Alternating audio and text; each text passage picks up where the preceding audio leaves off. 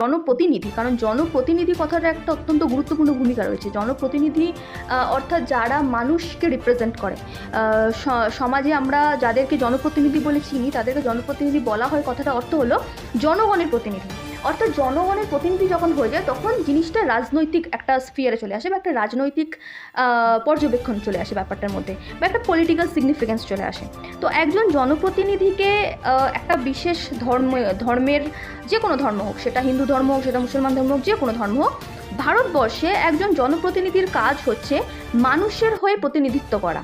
ভারতবর্ষের সংবিধান ভারতবর্ষের রাজনৈতিক প্রেক্ষাপটটা খুব ভালোভাবে লিখে দিয়েছে, এবং সেই রাজনৈতিক প্রেক্ষাপট বলে দিচ্ছে যে ভারতবর্ষ একটি ধর্মনিরপেক্ষ দেশ, যেই ধর্মনিরপেক্ষ দেশ বা সেকুলার দেশ, যার ডেফিনেশন হলো বা যার সংজ্ঞা হলো রাষ্ট্রের ধর্মর সাথে কোনো সম্পর্ক থাকবে না, বা রাষ্ট্র কখনো ধর্মীয় ব্যাপারে কোনো রকমের ইন্টারফেয়ারেন্স করবে না। এবং কটা এমপিকে দেখবো যে সাকসেসফুলভাবে নিজের 5 বছর কাজ করেছে।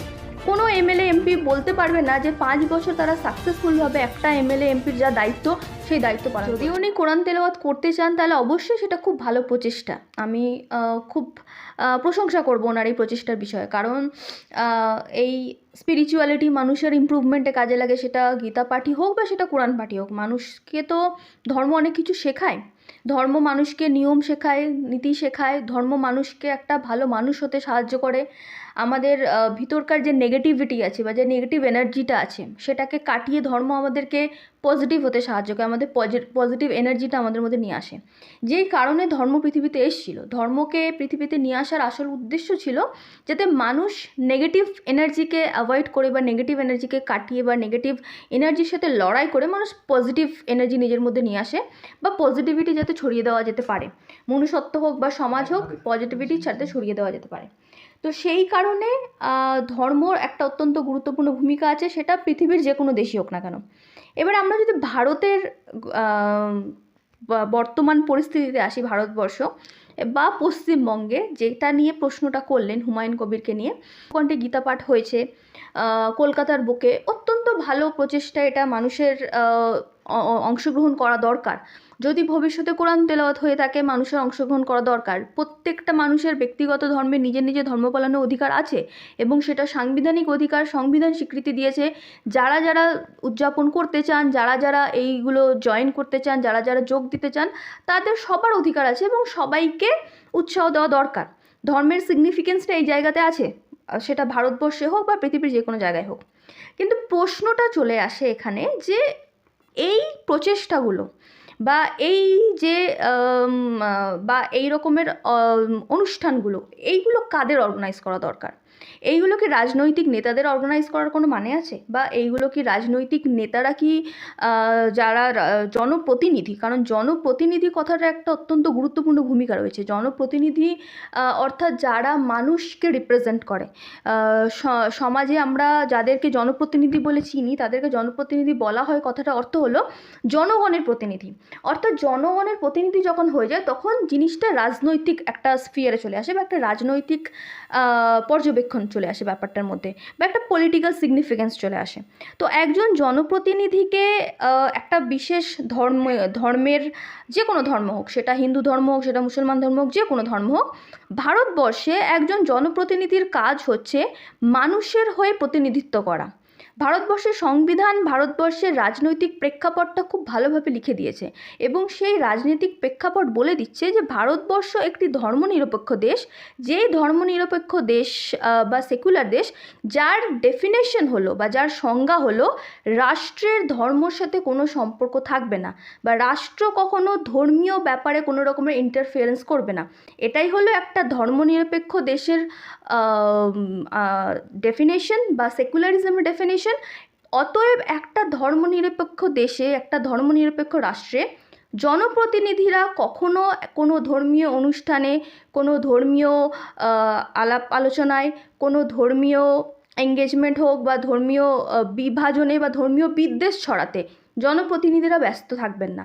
জনপ্রতিনিধিরা কিসে ব্যস্ত থাকবেন? জনপ্রতিনিধিরা ব্যস্ত থাকবেন জনগণের প্রতিনিধিত্ব করতে। সেই জনগণের প্রতিনিধিত্ব কিভাবে হয়? জনগণের কল্যাণে হয়। যেই জনগণের কল্যাণের জন্য ভারতবর্ষের মতো একটা দেশে ধর্মের কোনো প্রয়োজন নেই। জনগণের প্রতিনিধিত্ব করার জন্য, জনগণের কল্যাণ করার জন্য জনগণের উন্নতি কীভাবে হয় সেইটা বোঝা দরকার, সেই বিষয়ে জনপ্রতিনিধিদের কাজ করা দরকার। সেটা হুমায়ুন কবির হোক, বা সেটা শুভেন্দু অধিকারী হোক, বা সেটা যে কোনো নেতার মধ্যে কথা বলবো, সেটা মমতা ব্যানার্জি হোক, সেটা যোগী আদিত্যনাথই হোক না কেন, আমরা পশ্চিমবঙ্গের প্রেক্ষাপটে বলবো, প্লাস গ্রেটার অ্যাসপেক্টে দেখতে গেলে আমরা ভারতীয় প্রেক্ষাপটে বলবো। কোনো রাজনৈতিক নেতারা যদি ভারতবর্ষে থেকে যদি কোনো ধর্মীয় অনুষ্ঠানের মধ্যে অংশগ্রহণ করছে, তাহলে সেটা ভারতবর্ষের সেকুলারিজমের উপর এফেক্ট পড়ছে। মন্দির তৈরি হচ্ছে, খুব ভালো কথা, সবাই সেটাতে আমরা উৎসাহ দেব। যারা হিন্দু ধর্ম পালন করে তারা মন্দিরে যাবেন, তাদের যাতে কোনো রকমের বাধা না দেওয়া হয়, তারা যাতে নিজেদের ধর্ম পালন করে সেটার যথাযথ ব্যবস্থা নেওয়া দরকার। যেহেতু হিন্দুরা ভারতবর্ষে সংখ্যাগরিষ্ঠ, এবং সেই স্ট্যাটাসটা সবসময় মেনটেন করা দরকার। সংখ্যাগরিষ্ঠদেরকে তাদের অধিকার দেওয়া দরকার। সংখ্যাগরিষ্ঠ বলেই যে সবসময় তাদেরকে দমিয়ে রাখতে হবে বা তাদের ধর্ম পালনের কোনো দরকার নেই, এই জায়গাটা পুরোপুরি ভুল জায়গা। অপরপক্ষে যেমন সংখ্যালঘুরা যদি কোনো মসজিদ তৈরি করা হয়, সংখ্যালঘুরা যদি মনে করে যে হ্যাঁ আমরা মসজিদ তৈরি করব, আমরা আমাদের ধর্ম উদযাপন করব, আমরা আমাদের ধর্মকে সঠিকভাবে পালন করব, আমাদের ধর্মীয় শিক্ষার বিস্তার করব, সেটাও খুব ভালো দিক, সেটাও খুব ভালো জায়গা, এবং তাদেরকেও সেই অধিকার পালন করতে দেওয়া দরকার। কিন্তু বিষয়টা হলো, যখন হিন্দু এবং মুসলমানদের ধর্মীয় অধিকার, বা ধর্মীয় অধিকার না, অধিকার তো প্রত্যেককে দেওয়া আছে, যখন তাদের ধর্মীয় কার্যকলাপ তারা কি করবে না করবে, তারা কোথায় মন্দির হবে, কোথায় মসজিদ হবে, এটা যখন রাজনৈতিক ব্যক্তিত্বরা এই জিনিসটাকে নিয়ে চলে আসে, তখন সেটা কোথাও একটা গিয়ে সঠিক রাজনীতি হয়ে দাঁড়ায় না, বা কোথাও একটা গিয়ে সাংবিধানিক রাজনীতি হয় না, এটা একটা অসাংবিধানিক রাজনীতি হয়ে যায়, যেটা ভারতবর্ষের বুকে একদমই কোনো দিনই অ্যালাউ ছিল না, এবং আগামী দিনে অ্যালাউ হওয়া উচিত না। কিন্তু এই রাজনীতিটা স্বাধীনতার পর থেকে হয়ে এসছে। কেন হয়ে এসছে? স্বাধীনতার পর থেকে হয়ে এসছে কারণ সাধারণ মানুষের আবেগ নিয়ে রাজনীতিটা খুব সহজ হয়ে যায়। সাধারণ মানুষের আবেগ নিয়ে ভোট চাওয়াটা খুব সহজ হয়ে যায়। সাধারণ মানুষের আবেগটা কোথায় সবথেকে বেশি জড়িয়ে? ভারতবর্ষে যদি আমরা দেখি, তাহলে ধর্মীয় আবেগটা সাধারণ মানুষের মধ্যে অনেক বেশি জড়িয়ে। আমরা যদি এখানে আজকে ধর্মীয় আবেগকে সাইডে রেখে, বা ধর্মীয় আবেগকে আলাদা রেখে যদি আমরা জনপ্রতিনিধিদের ভূমিকা নিয়ে প্রশ্ন করি, তাহলে আমরা কটা এমএলএ এবং কটা এমপিকে দেখবো যে সাকসেসফুলভাবে নিজের 5 বছর কাজ করেছে।